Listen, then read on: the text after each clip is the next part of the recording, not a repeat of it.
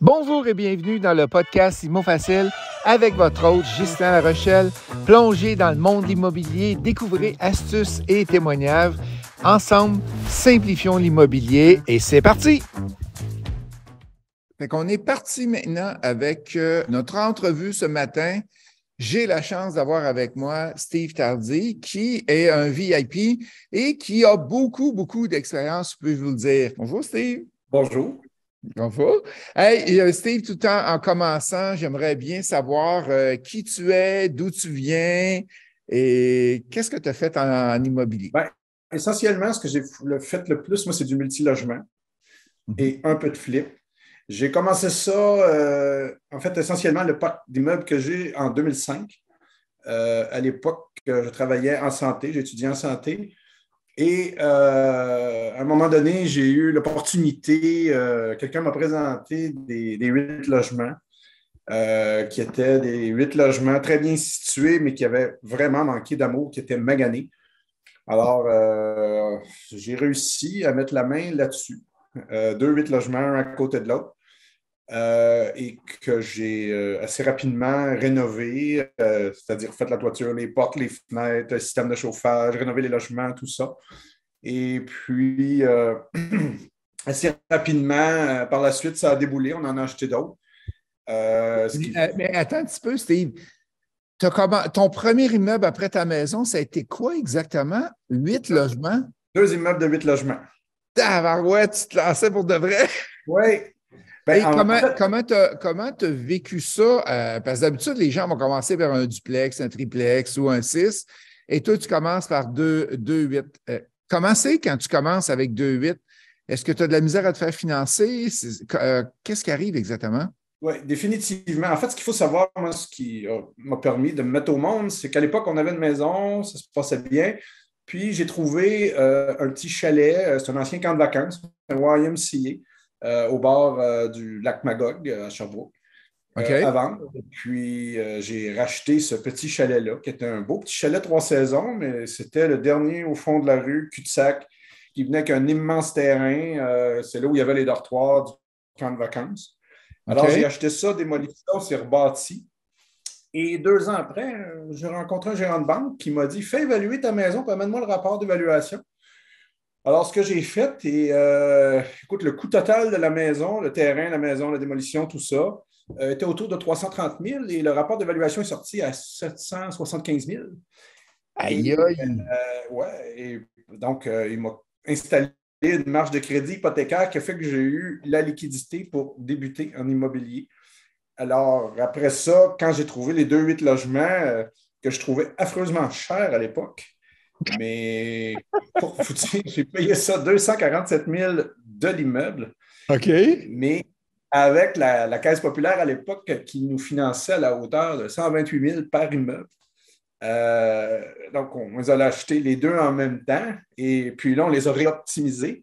En fait, pas réoptimisés, on les a optimisés et assez rapidement, on les a refinancés et puis à partir de là, C'est ça a parti. déboulé. Oui. Et pourquoi 2-8? Je comprends que tu as trouvé peut-être un deal, mais qu'est-ce qui t'a attiré vers 2-8 au lieu du plus petit immeuble? Est-ce que tu avais de l'expérience avant de débuter avec 2-8? Ben oui, quelques années avant, j'avais acheté un 4 logements, mais ça avait affreusement mal été. OK, En fait, OK, les mathématiques OK. financières n'étaient juste pas. Je l'avais revendu sans faire d'argent, ça avait été plus ou moins. Puis tout le monde me disait: Ah, tu fais beaucoup plus d'argent, puis tu peux passer à l'unité multi-résidentielle pour optimiser, c'est beaucoup mieux si tu vas Mhm. 5 logements montant. Et ça, c'est un peu hasard. Je veux dire, le type en question avait 5 immeubles, il était complètement tanné. Alors, quand j'ai vu ça, j'ai appelé un de mes amis. Je disais: Hey, t'en achèterais-tu une coupe avec moi? Alors, lui en a pris un, moi j'en ai pris deux, puis les deux autres, on les a laissés aller. Et puis, ce qui était d'ailleurs une erreur, si je pouvais retourner dans le temps, j'y rachèterais les 5. Mais voilà, c'était par opportunité essentiellement qu'on a commencé avec 2 8 logements. Cool, c'est bon ça. Ouais. Et là, juste par curiosité, tu les as-tu encore, tes 8 logements? Oh oui. Puis récemment, on les a refinancés une autre fois. En fait, on les a refinancés 3, 4 fois au fil des années. Et là, ils ont des hypothèques qui avoisinent le million de dollars chaque. Hey boy! OK, Ouais.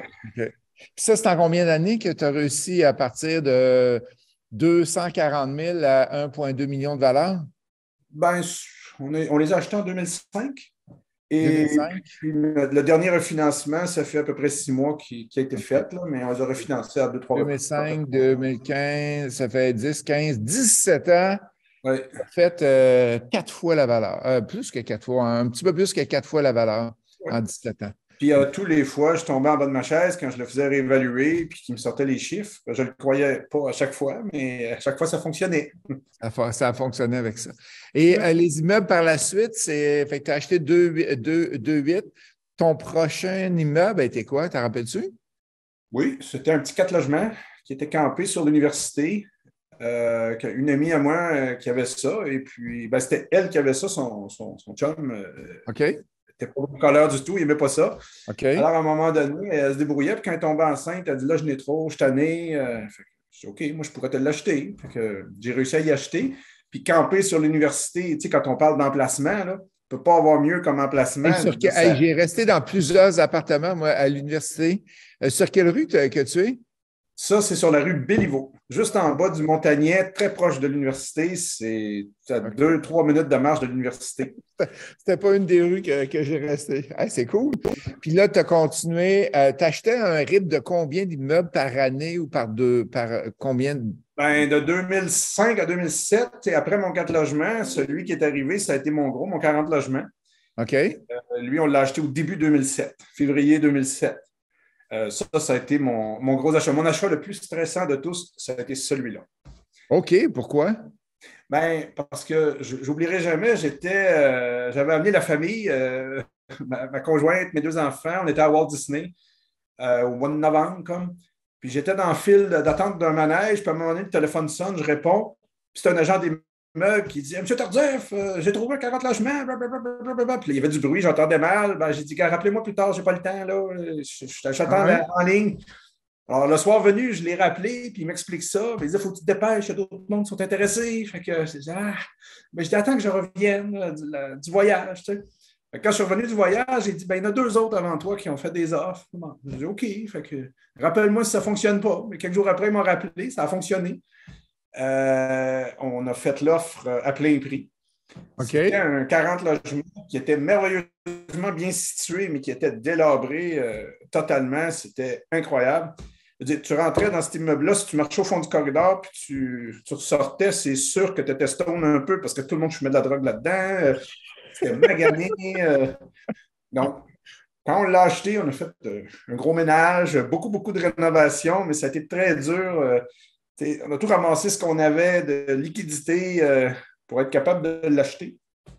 Et puis, ça a pris celui-là 1 an et demi avant qu'on fasse notre première optimisation. Puis, on a tout été rechercher notre argent complet et même plus en 1 an et demi là, avec celui-là. Okay. Mais est-ce que tu l'as encore, celui-là? Ah oui. Ah oui? Oh, oui. Est-ce que tu as changé le style de locataire à l'intérieur, probablement? Ah, complètement. Lui, ça a pris comme 2-3 ans. Là, on rénovait beaucoup. J'ai refait la toiture, les portes, les fenêtres, le système de chauffage converti au B-énergie, refait la plupart des logements. Et là, au fil du temps, ben, quand on essayait de leur louer, il y avait une mauvaise réputation à l'époque, l'immeuble. On frappait un autre mauvais locataire qui nous maganait l'appartement. Donc, pour essayer de sortir de ça, comme il n'était pas très loin de l'université, ben, j'ai commencé surtout pour mes logements d'en bas, les logements moins le fun, j'ai commencé à faire du tout meublé. Okay. Alors, je le meublais au complet. Fait que les étudiants étrangers, comme exemple les Français qui venaient faire une maîtrise dans le coin, c'était parfait, ils rentraient, tout était là. Il y avait juste à amener leur literie.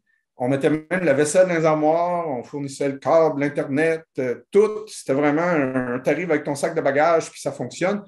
Alors, avec ça, ça nous a permis vraiment de raffiner notre clientèle, d'avoir une très, très belle clientèle, à tel point qu'à un moment donné, sur 40 logements, je n'avais 20 tout meublés. Et tabarouette.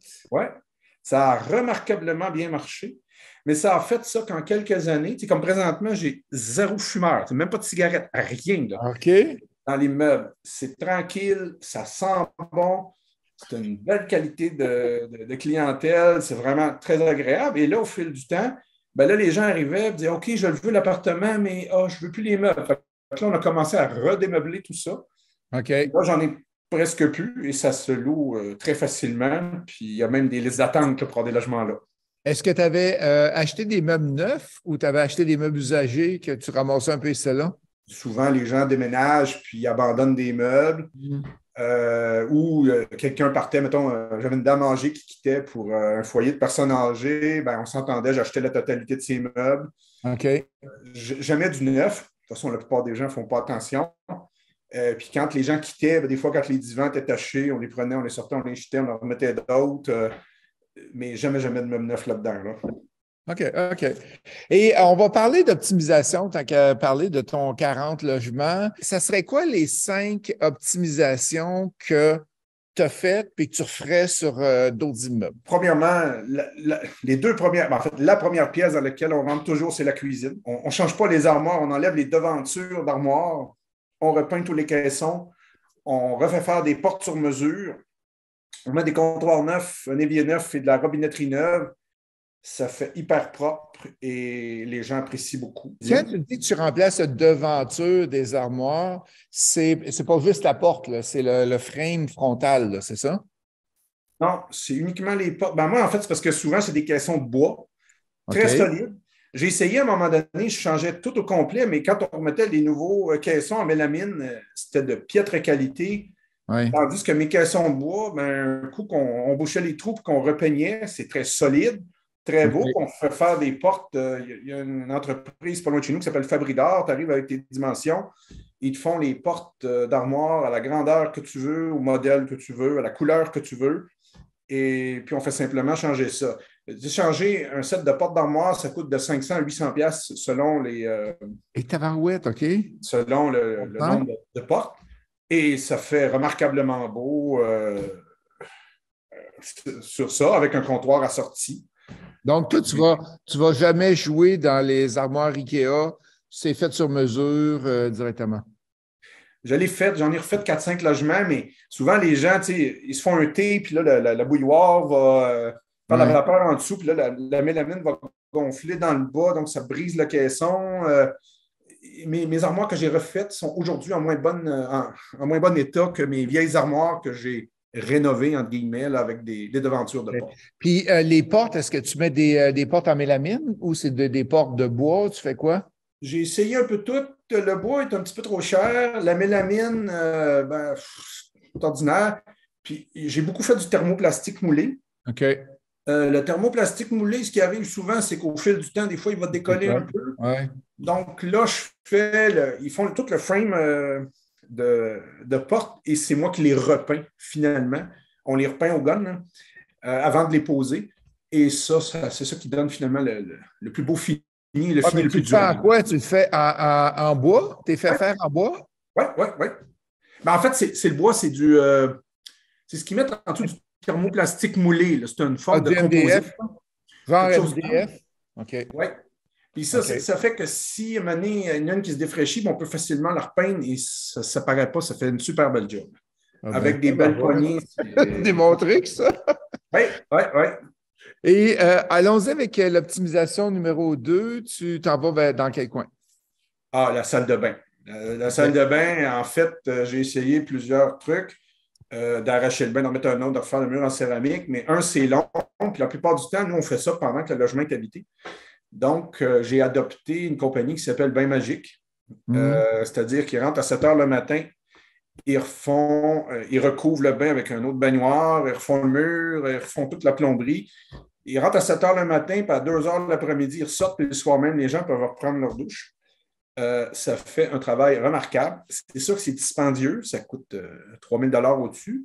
C'est beaucoup plus cher que si on refait la baignoire et tout ça, Ouais, mais ouais, c'est rapide. C'est ouais. rapide, c'est propre, c'est garanti. Ça fait plusieurs que je fais, j'ai jamais eu de problème, ça a toujours bien été. Donc, ça fait un travail remarquable. OK. Puis les armoires, pas les armoires, mais les éviers et lavabo, tu fais quoi? Tu les remplaces? Oh, oui, ah, toujours ça.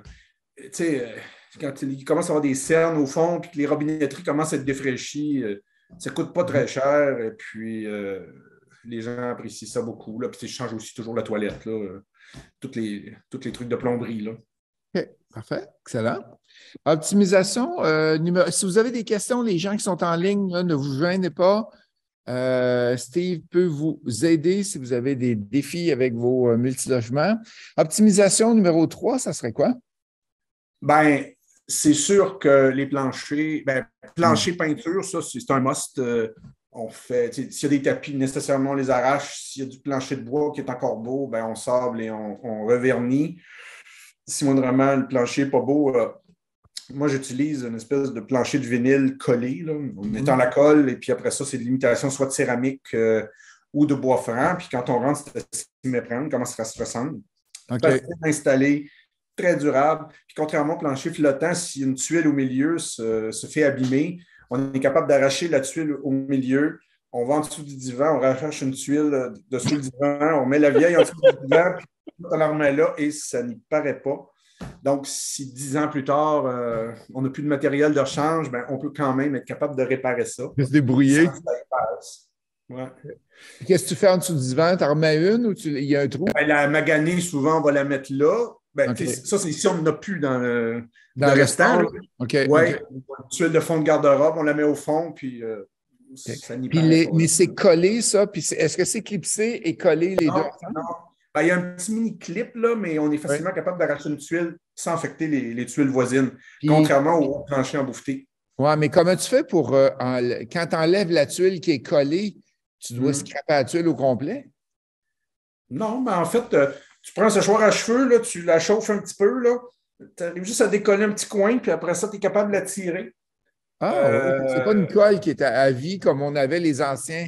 Je ne sais pas si tu te rappelles, on avait ça dans les écoles, des tuiles 12 par 12. Là. Il y avait de l'amiante là-dedans, là, puis c'était collé à mort sur un plancher de béton. Là.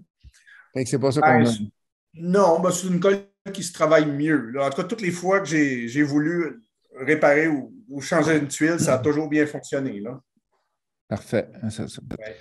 Après ça, le Samuel qui te demande la céramique de salle de bain, est-ce que ça vaut la peine de la changer si la salle de bain en haut de 10 ans?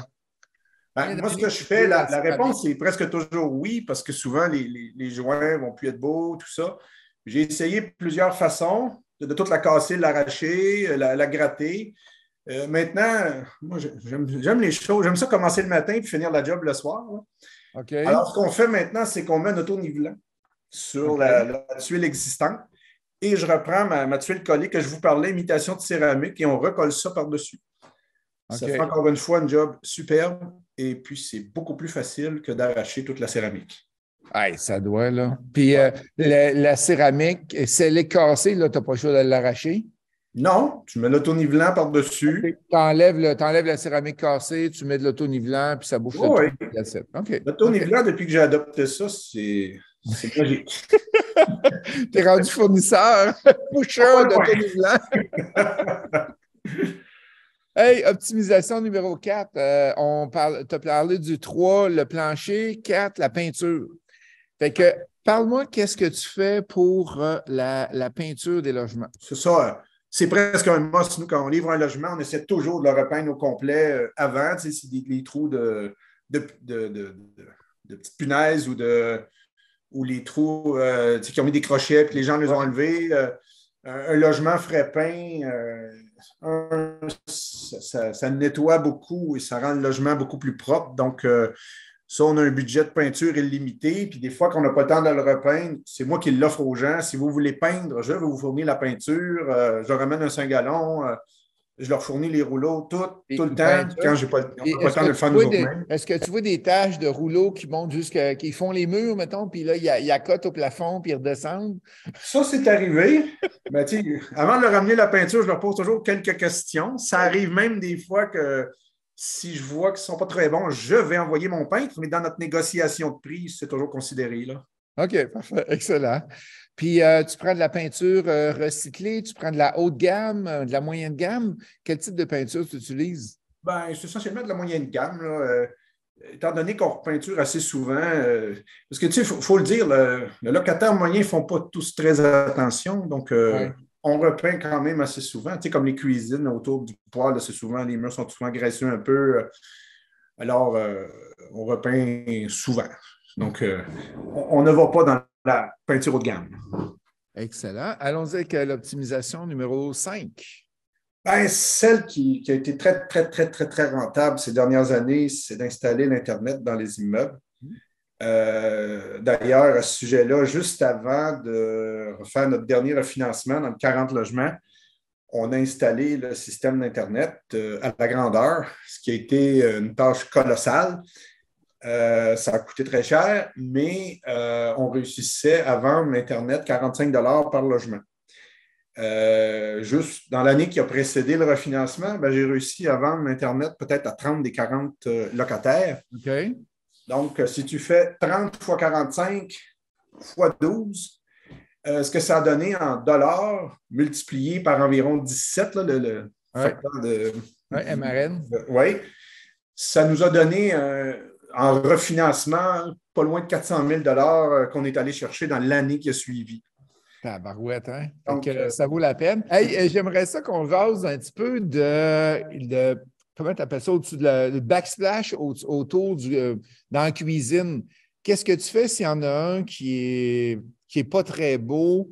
Tu remplaces, tu mets du plastique, tu peintures, tu fais quoi exactement? Ben, là, j'ai commencé, en fait, pendant longtemps, on se contentait de peinturer. Après ça, j'ai essayé les trucs en plastique collé que j'ai complètement discarté parce que quand tu enlèves ça, la moitié du mur vient avec. Là. Mais dans mes logements un petit peu plus beaux, un petit peu plus luxueux, j'ai commencé, je les fais faire en céramique. OK. Ça coûte 800-900$ du logement, mais c'est incroyable comment ça fait beau et propre, comment les gens apprécient. Là, je suis parti là, dans certains de mes immeubles, on fait cuisine au complet. Ben, dans ces logements-là, on arrache les armoires parce qu'ils sont en mélamine, puis on en remet, puis on les fait, les dosserets. Là. Ça donne un look incroyable aux cuisines. Ça fait ça doit faire une dizaine que je fais, et puis les gens apprécient ça vraiment beaucoup. Ça donne vraiment un cachet supérieur aux appartements. Parfait. Ouais. Et qu'est-ce que tu t'arraches? En enlevant la céramique sur le mur, c'est sûr que tu arraches tout le gyps qui est là? Ben, en fait, moi, quand on le fait, j'en ai pas là, que de la céramique que j'arrache. C'est tout du G-Proc. OK, que tu repars, que tu remets dessus. OK, parfait.